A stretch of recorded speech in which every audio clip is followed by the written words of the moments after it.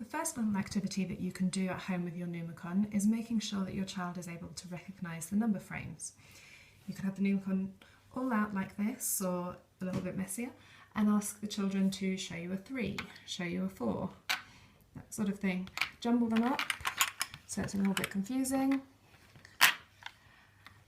and keep going like that. You can do this activity on a daily basis if you want to, just for a minute or two, and this will help your child to visualise the number frames, which will help them with their maths and other Numicon activities later on. Your child may also enjoy stacking the number frames. They may wish to do this independently, and you can just leave them to it. This way of looking at the Numicon shows how we go from number to number, that 4 is just one more than 3, 5 is one more than 4, and so on. The second activity to do with your Numicon is making numbers in different ways. Start with small numbers like 4 or 3. You can start by giving your child one way of making 4, for example 2 and 2, and asking them if they can find another way of making 4 with, say, 3 and 1.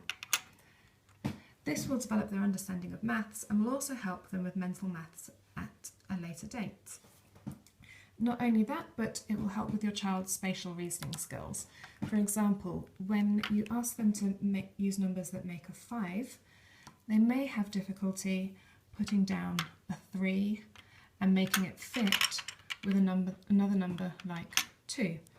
So you can leave them to play around with the frames, turn them over as necessary in order to make it fit.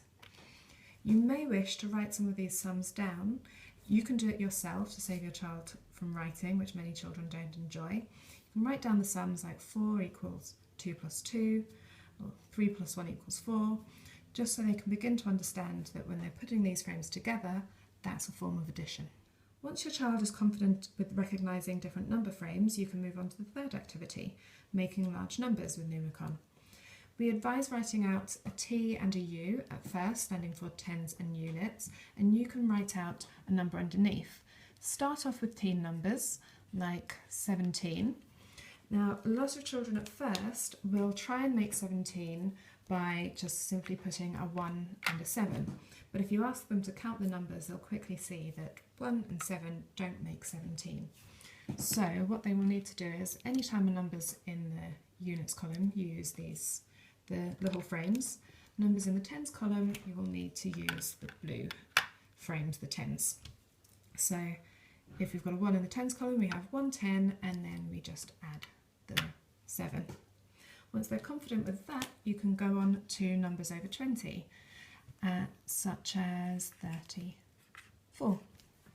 Again, all they have to do is start looking in the tens column. Okay, we've got 3 tens, and then adding the 4 on to get 34. And if they want, they can count each of these circles individually to confirm that they have got 34. You may also find it helpful to do some tens numbers, like 50, so the children know that you just use tens to make 50 and there are no units numbers. The fourth activity to do with your Numicon is to make doubles. You can set out your Numicon like this and ask your child to show you double a certain number. So you will say, show me double 3. They will take the 2 3 frames and put them together like this. And then they need to tell you what they've made. So they can either count the numbers here, or they can start to fit the other Numicon frames over to see that we've made 6. You might want to just go over that again once they've made the frame, so you repeat what's double 3, and they can answer 6.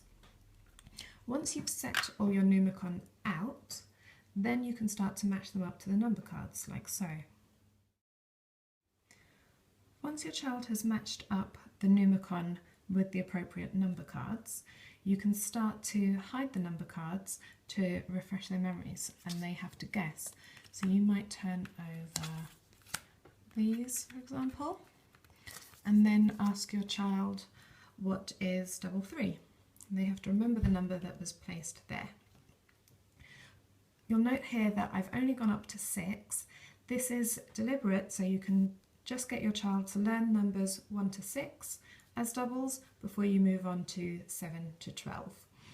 When you're doing larger numbers such as 6, you may wish to get your child to lay the frames over each other in order to see which number they've made. So for example over here we've got 12, and that would be how we make 12. We have a 10 and a 2. So double 6 is therefore 12. Finally, you can use your Numicon to practice bonds to 10.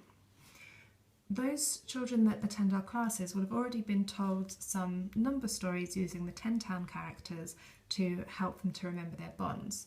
So you may wish to speak about these at home if your child has learnt the 10-town characters.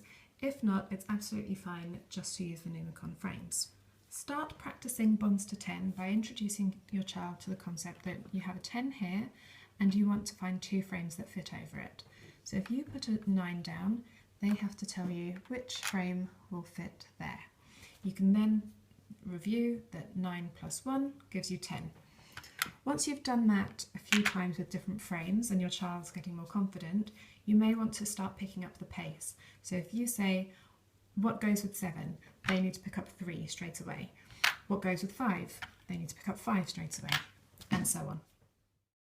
So there you have your 5 tips for using Numicon at home. Do let us know how you got on in the comments and let us know what you'd like to see in our next video.